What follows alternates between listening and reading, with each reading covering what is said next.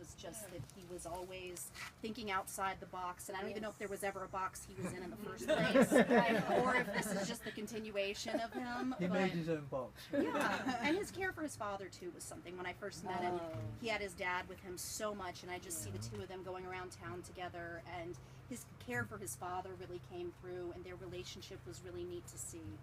And I'm, glad we all knew him, and I'm sorry we lost him. Thank you, Peggy. Yeah. Chris was a hat man. He was always wearing a hat that most other people wouldn't claim.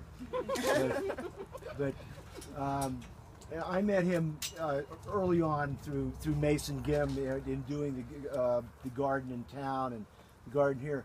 But when my partners and I opened Wowzer, Chris was an early adopter and spent many, many days in there. And we talked about sacred geometry. That's what he and I talked about in depth for a number of years.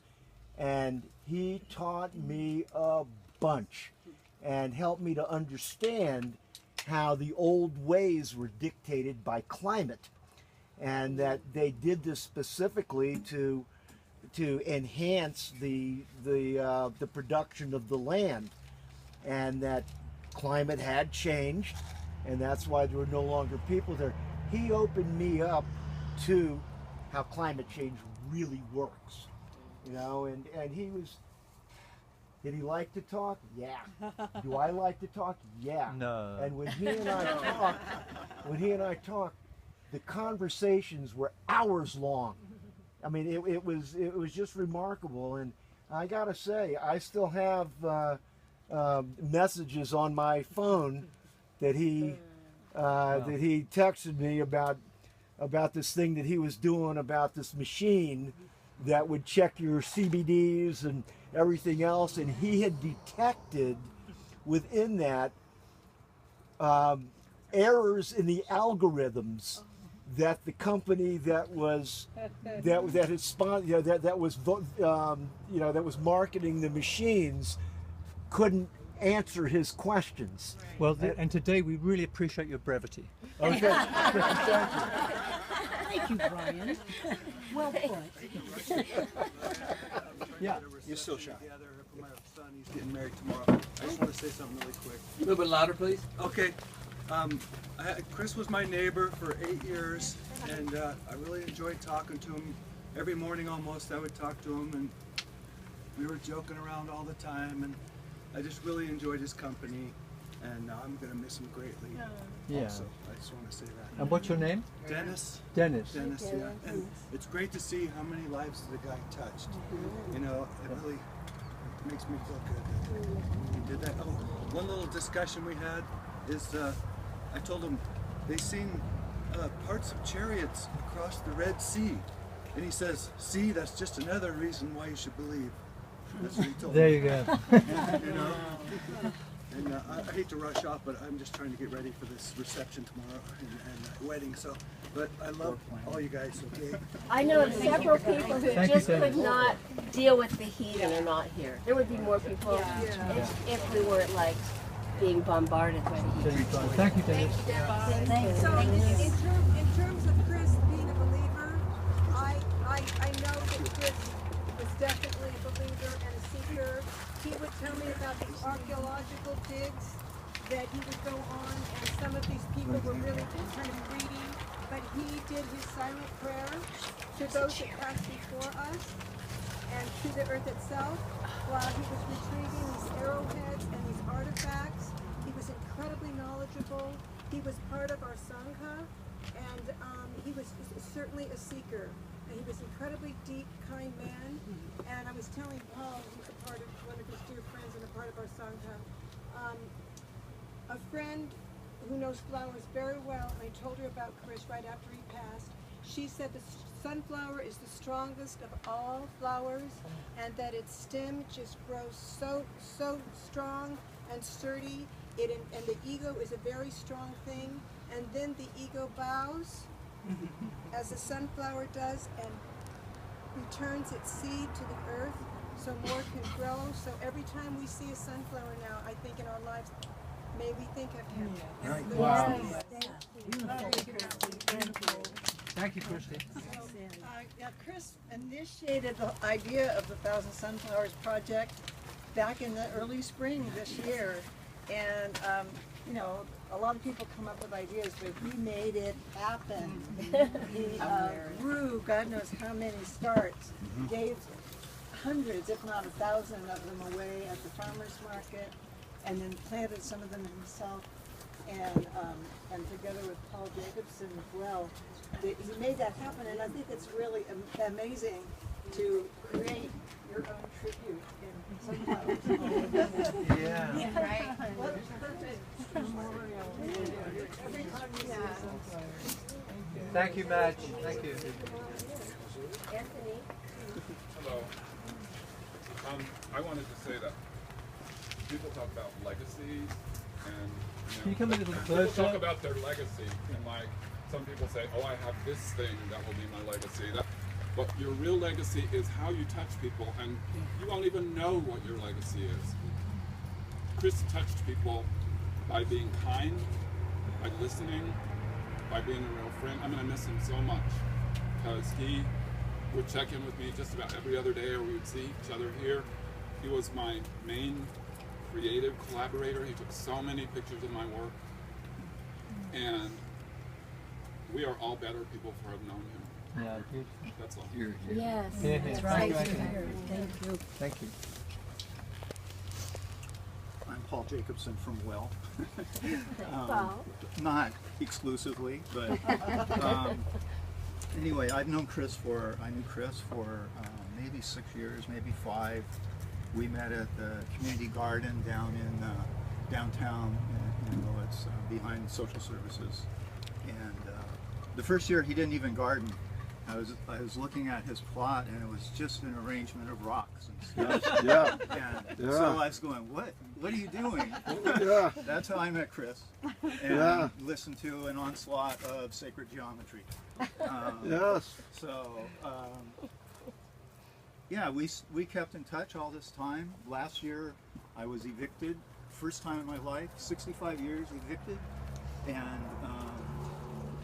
and then Chris let me stay at his house.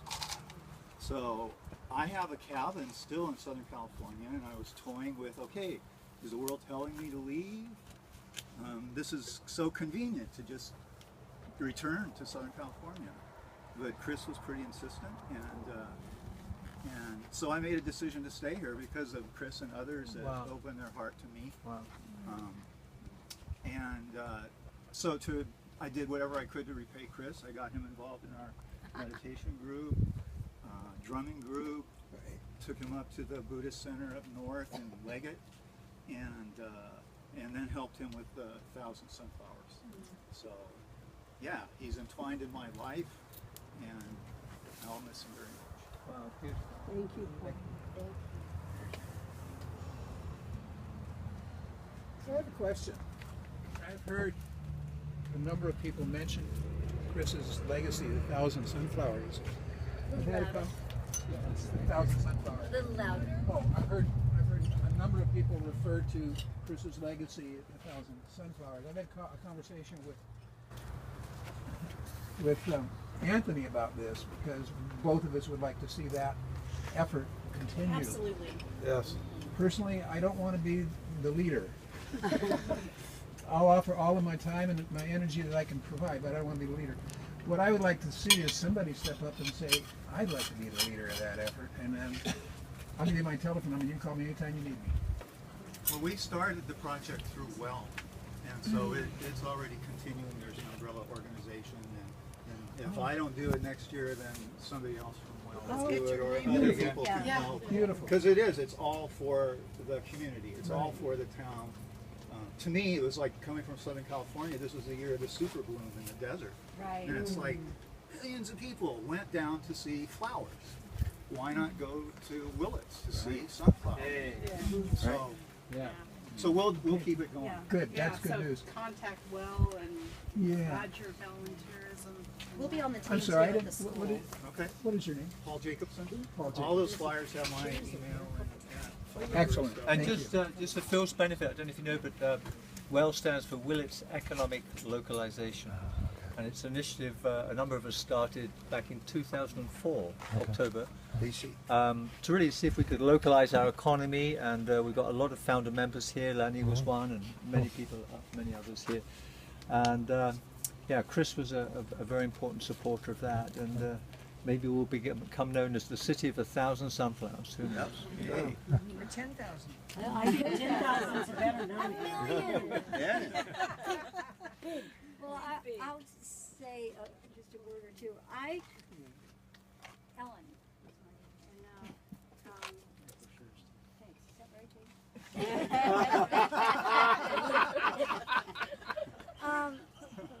And David and I and a bunch of other people were in the throes of trying to head off some of the worst impacts of the Willits bypass around in 2013 when construction began. And that's when I first met Chris, because it was in 2013 that we found out that Caltrans had plowed through archaeological sites, and it finally rose to public, it was egregious enough it rose to public attention. So Chris came to some of our meetings, some of the Willits Environmental Center meetings, some of the Save Our Little Lake Valley meetings, very, very concerned about what was happening to the archaeological sites in the path of the bypass. And we all tried hard to figure out how to use Chris's knowledge and how he could maybe interact with some of the local native tribes. And I mean, the whole thing was galloping away at an accelerating pace at that time, so nothing quite gelled. But that's when we first met Chris, and I am sorry I didn't slow down enough to get to know him better, because hearing about other people's interactions with Chris, I realized how multifaceted he was, and the archaeology facet was the one where we had contact, but I can see that there were many, many other things, and I just want to say that it was kind of exciting to have Chris involved in our effort, because he was one of the first people in our group that came along that actually had some experience in archaeology, and he was able to shed some light on what was happening. And so like I say, I wish I had taken the time to know him like some of you have known him, because obviously he was a very multifaceted, fascinating person. Thank you, Ellen. Thanks, Ellen. I can remember walking out of work, usually in the evening, kind of tired, and Chris would be there hanging out with Ron talking, and just how restful he was. Just how accepting, and just sometimes I think, oh man, I'm tired, I want to go home, I want to go eat. And then he'd get to talking about archaeology or gardening or whatever, like, oh, I don't really have to go anyplace, eat dinner. I mean, he just had that draw and his kindness. So. Yeah. Beautiful. What a guy. Yeah, kindness. Thank you, Pam. Yeah.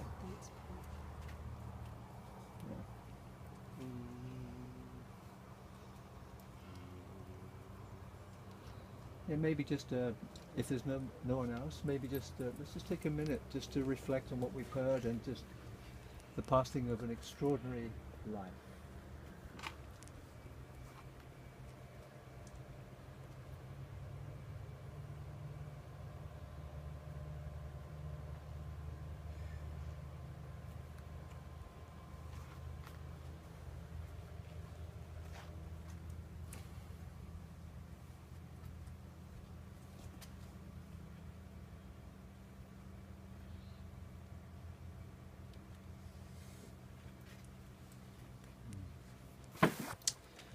Jay, Chris, thank you, Chris. I kind of just see him right up. He used to spend so much time at that end of the garden, sitting. Yes, and for our guests too, feel free to wander through our garden, and it's your garden, it's a community garden, there's food, and yeah. Where's the bench going to be located? Because you had it in the Probably in the community area. In fact, we might even take it over now. Community area. Okay, this side of the garden is mostly people's individual plots, and this side is all communal. Anthony has had a lot to do with the communal area. Chris started it, actually. I mean, he really launched planting in the communal area. We all had the dream of doing that, but he actually made it happen. Yeah.